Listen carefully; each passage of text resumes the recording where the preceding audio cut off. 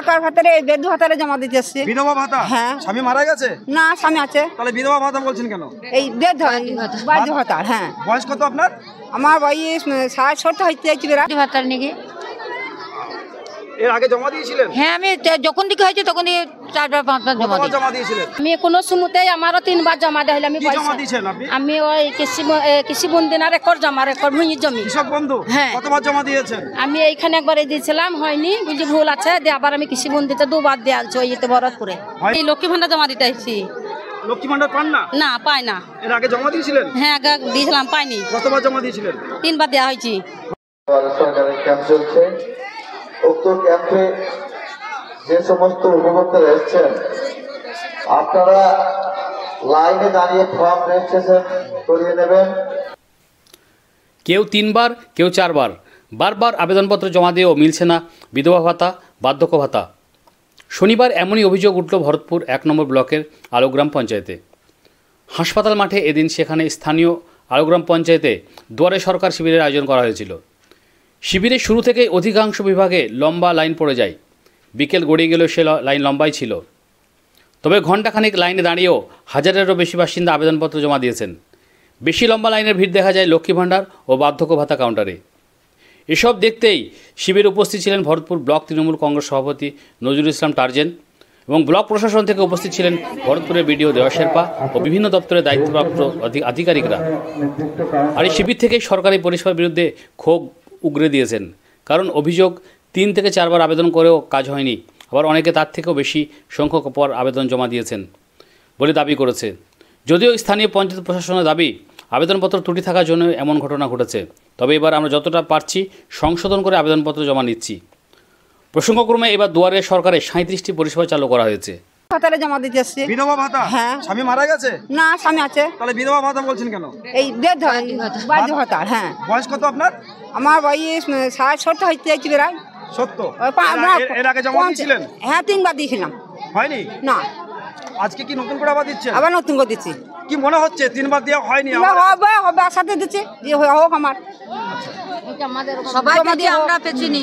পরিবারে কে কে আছে আপনার? পরিবারে আমার বাড়িতে আমার 2 ছেলে আছে, 1 মেয়ে আছে, আমার স্বামী আছে। স্বামী কি করে? স্বামী বেকার, পাই লাগা বসে খাই। অক্ষম? হ্যাঁ, ও পাই। কোথায় বাড়ি আপনার? আমার মা। এই লক্ষ্মী ভান্ডার জমা দিতে আসছি। লক্ষ্মী ভান্ডার পান না? না, পাই না। এর আগে জমা দিয়েছিলেন? হ্যাঁ, আগে দিয়েছিলাম, পাইনি। কতবার জমা দিয়েছিলেন? 3 বার দেওয়া হয়েছি। হয়নি? না। কেন হয়নি জানেন? হ্যাঁ।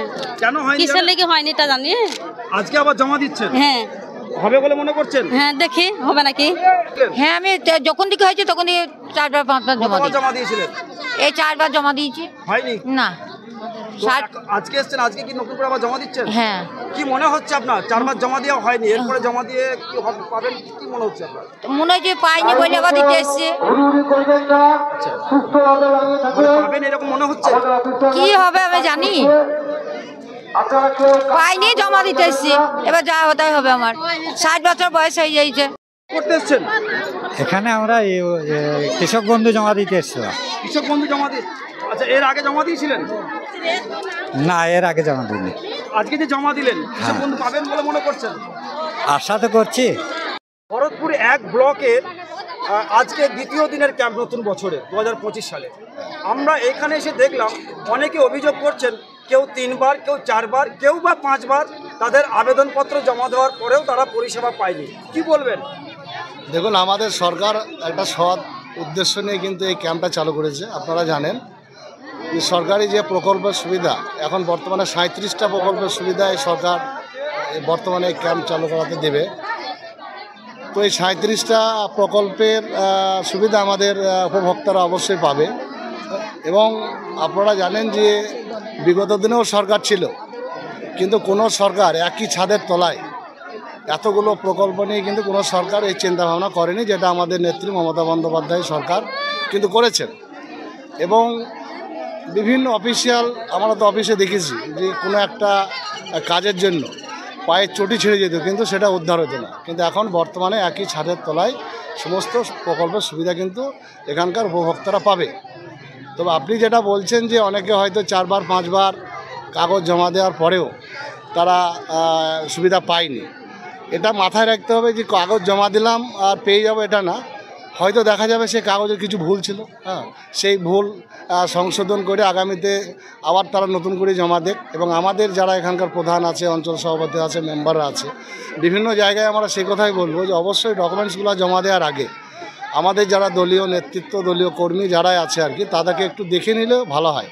কারণ নিজে নিজে অনেকে ফর্ম ফিল আপ করে জমা দেয়, ভুল হয়, পরবর্তী পর্যায়ে বলবে আমি এতবার জমা দিলাম কিন্তু পাচ্ছি না। তো সেই ভুলটা যাতে না হয় সেই জন্য আমি অনুরোধ করব এখানকার উপভোক্তাদের, তারা যেন তাদের কাগজটা অন্তত আমাদের এখানকার প্রধান সাহেব আছে, আমাদের অঞ্চল সভাপতি আছে, মুন্না আছে, আমাদের নিশার চাচা আছে, বা আমাদের মেম্বার আছে, রহমালিরা আছে, আমাদের নেতৃত্ব বা কর্মী যারাই আছে, তাদেরকে দিয়ে একটু মিলিয়ে দেখে নেক এবং জমা দেখ। আশা করি সরকার যে উদ্দেশ্য নিয়ে প্রত্যেকটা মানুষের ঘরে পৌঁছায় দিতে চাচ্ছেন সে সুবিধা অবশ্যই তারা পাবে। ক্ষেত্রে তাদের হয়তো কাগজপত্রের কোনো নিশ্চয়ই ভুল আছে, তাছাড়া তো এটা তো হওয়ার মানে কোনো কারণ নাই। এখানে আমরা যেটা দেখতে পাচ্ছি বিভিন্ন রকম কাগজ স্কুটিনি করে হয়তো বাদ পড়ে যাচ্ছে, এমন কিছু একটা ঘটছে। তাহলে কাগজপত্র কি আপনারা এখানে দেখে জমা নিচ্ছেন না? কাগজ দেখে নিচ্ছে, কিন্তু দেখা যায় যে কারুর ম্যাচিং নেয় অনেক কিছু কাগজপত্র, তাদের বলা হচ্ছে, অনেকে হয়তো রেজিস্ট্রেশন করার পর জমা করে চলে যাচ্ছে এখান থেকে। তো এগুলো কি দেখে স্ক্রুটিনি করে নেওয়াটা ভালো হতো না? সেটা স্ক্রুটিনি অনেক প্রচুর লোক, তো এবার সেক্ষেত্রে অত স্ক্রুটিনি করা সম্ভব হচ্ছে না। হয়তো যতটা পাচ্ছে ভার্বালি হয়তো দেখে নিচ্ছে, সেক্ষেত্রে হয়তো অনেকেই বাদ পড়ে যাচ্ছে, তাদের মিস্টেক হচ্ছে, হয়তো বারবার তাদের হচ্ছে যেটা বলছে। যেহেতু আজকে কিরকম মানুষের সমাগম? প্রচুর, মানে একেবারে সকাল 10টা থেকে যা অবস্থা, কঠিন ব্যাপার। প্রচুর মানুষের সমাগম কেন? এর আগেও তো অনেক ক্যাম্প হয়েছে।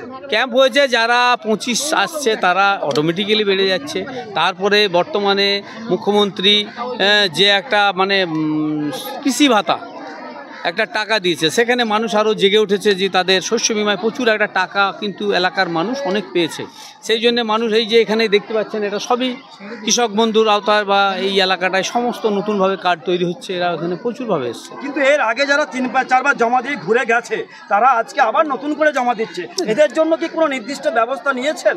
ব্যবস্থা নিশ্চয় করে দেবো, ওরা জমা করুক, সেটা অফিসিয়ালভাবে সেটা আমরা দেখে, বাকি যাতে বাদ না পড়ে সেটা আমরা ব্যবস্থা নেব। আজকে কতগুলো মানুষ এখানে আবেদন করতে এসছে বলে মনে করছেন? এখন তো চলছে, এখন রেজিস্ট্রেশন অনুযায়ী তো বলতে পারছি না, তা তো 1-1.5-2 হয়ে যাবে যে অবস্থা আমি দেখছি। এখন অভিযোগ করছেন যে 3 থেকে 4 বার তারা জমা দেওয়ার পরেও পরিষেবা পাচ্ছেন না, কি বলবেন? পরিষেবা পাচ্ছে না এটা ভুল, কেননা মাননীয় মুখ্যমন্ত্রী মমতা বন্দ্যোপাধ্যায়ের নির্দেশে এটা 9তম দুয়ারে সরকারের ক্যাম্প আমাদের চলছে। আপনারা দেখতে পাচ্ছেন ব্যাপক সারা। আমাদের একটাই মাত্র সমস্যা আছে, যেটা বার্ধক্য এবং বিধবার ক্ষেত্রে, যেটা আমরা ইতিপূর্বে মাননীয় মুখ্যমন্ত্রীর কাছে আমরা দরবার করেছি এবং দরবারের ফলেই আজকে 9তম দুয়ারে সরকার ক্যাম্প দিয়েছে। এবং এই দুয়ারে সরকার ক্যাম্পে যিনারা দরখাস্ত জমা দিবেন তাদের অবশ্যই হবে। যাদের ডকুমেন্টসের ভুল ভ্রান্তি আছে হয়তো সেইগুলো এর আগে আপনারা দেখেছেন 3-4 বার হয়তো সে ভুলই জমা দিয়েছিল, সেগুলো হয়নি, তাদের জন্য কি নির্দিষ্ট কোনো ব্যবস্থা নিয়েছে? হ্যাঁ, নির্দিষ্ট আমরা ব্যবস্থা নিয়েছি। আমাদের একটা সেলফ ডিস করেছি, সেখানে রীতিমতো আমরা হেল্প করে তাদের ফর্ম ফিল আপ করে দিচ্ছি। তারপর রেজিস্ট্রেশন করে যাদের সঠিক আছে এবং সঠিকভাবে যাদের হচ্ছে যাতে পাই, সেই ব্যবস্থাই করা হচ্ছে। তাদের ডকুমেন্টস কি ভেরিফাই করা হচ্ছে? হ্যাঁ, ভেরিফাই করেছে এবং অরিজিনাল ডকুমেন্ট ছাড়া কোনো কাগজপত্র জমা নেওয়া হচ্ছে না। আজকে কীরকম সাড়া পাচ্ছেন? আজকে ব্যাপক সাড়া দেখতেই পাচ্ছেন। এখনও 3টে বেজে গেল, এখনও লোকের 2000 লোকের লাইন।